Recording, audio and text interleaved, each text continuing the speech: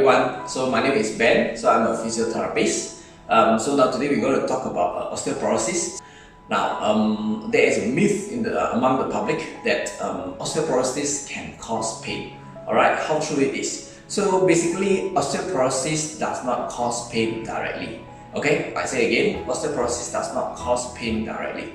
Osteoporosis always, by definition, it refers to bone density reduction. Okay, because of the poor absorption of the calcium, the vitamin D, etc., etc. Alright, so today we're going to share what can physio do and what is a physiotherapist's role in helping osteoporosis patient or clients.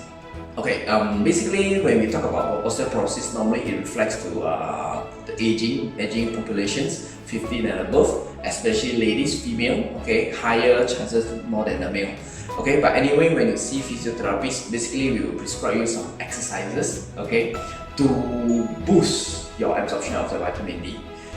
So there are two types of exercise that we will prescribe. Number one is we call it weight bearing exercise. So weight bearing means we will put you on the feet, okay, on the floor, and that's where you do your exercise. For example, jogging, fast walking, mountain climbing, etc. Alright, so because research has shown that weight bearing exercise can help to increase the absorption of the bones and slow down the progress of osteoporosis. So especially those with osteopenia, that's where you have to start it now.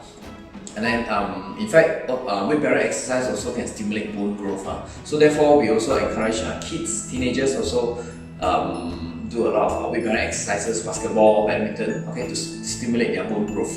Okay, so second type of exercise that normally physiotherapists will prescribe is what we call resistant exercise. Alright, now first of all, when the bone is osteoporosis, so that means what your bones are very fragile. So when there is a fall or when there is a trauma, you hit onto something hard surface, your bone has a high prevalence to fracture. So you need a cushion. So where does the cushion come from? It comes from our soft tissues or our muscles around our joints.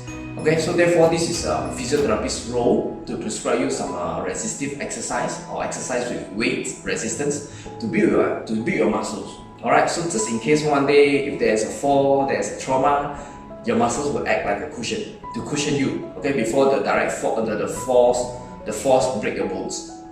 So and then there are a lot of times when I talk to my clients about osteoporosis, I will always mention coffee.